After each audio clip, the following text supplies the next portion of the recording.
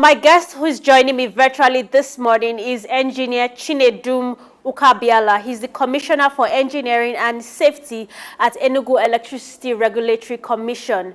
So welcome back to the program, Engineer Chinedum.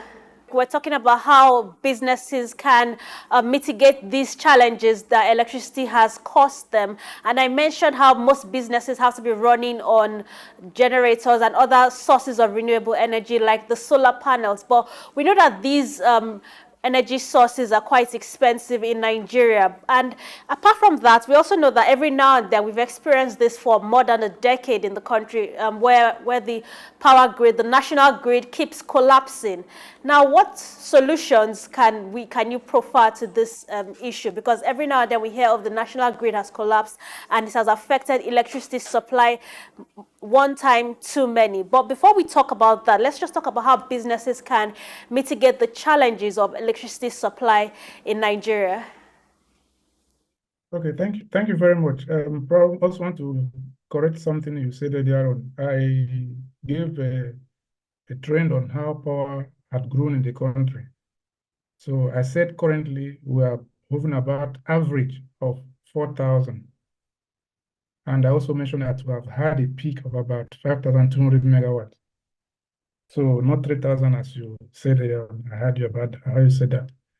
So like you rightly said, there are usually grid collapses, which most times affects the businesses of industries, because once there's a system collapse and the plant in production shuts down, sometimes it's very costly to get those plants revived.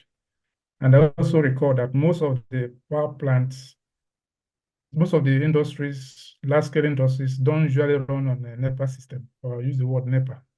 The systems, they don't run on them. Most times they have their own power plants they're using to generate power. And as I said there on, the smaller the capacity of the power plant, the more expensive it is to run them, because the cost compared to the number of output is usually high compared to when you have a large-scale system that is generating the same power. So for a private business that really want to be profitable, it's usually better to rely on the grid system.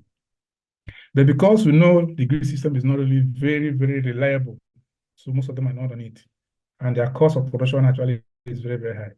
So one quick win they can get from this reform that is going on now is to have their supply from nearby power plants that is within the state that may not have that shutdowns that is experienced sourcing power from a very long distance.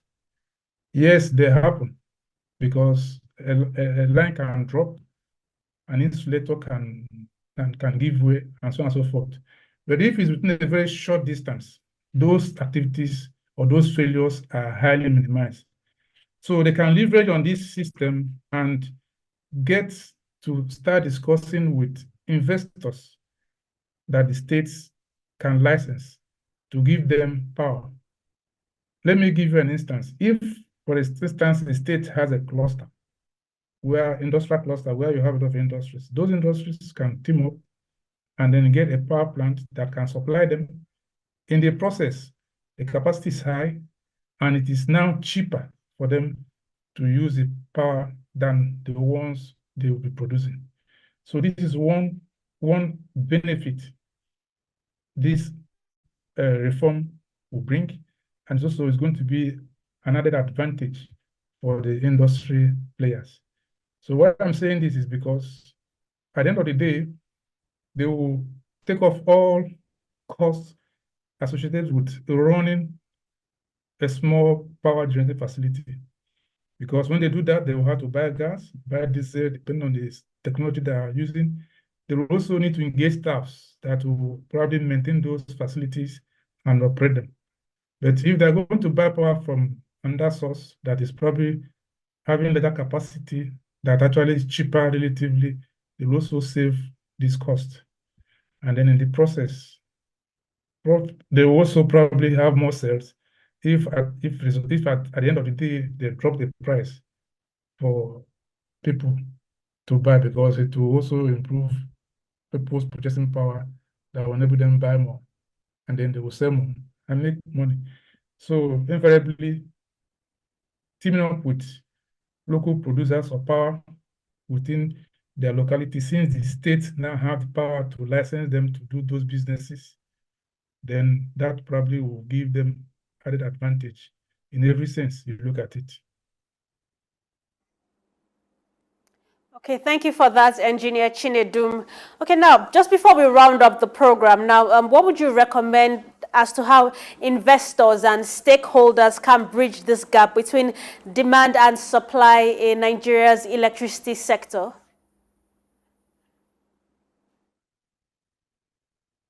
Well, how to bridge the gap?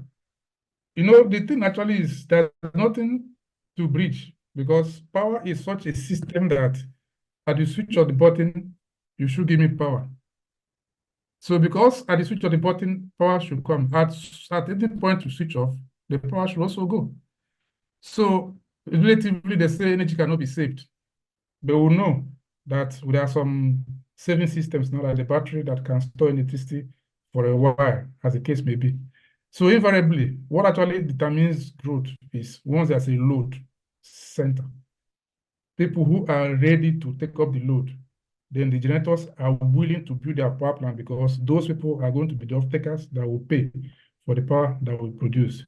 So that's why I said earlier on that best approach in my own view is, now that you have the states have opportunity of licensing entities to operate within the localities, it may be more convenient for them to probably engage those operators, because usually before you can have a power plant, you will have to enter into agreement with who will buy the power, because buying that power means they'll be able to generate not revenue, to be able to pay back the loans that probably may be procured to build those power plants, because they are really very capital intensive.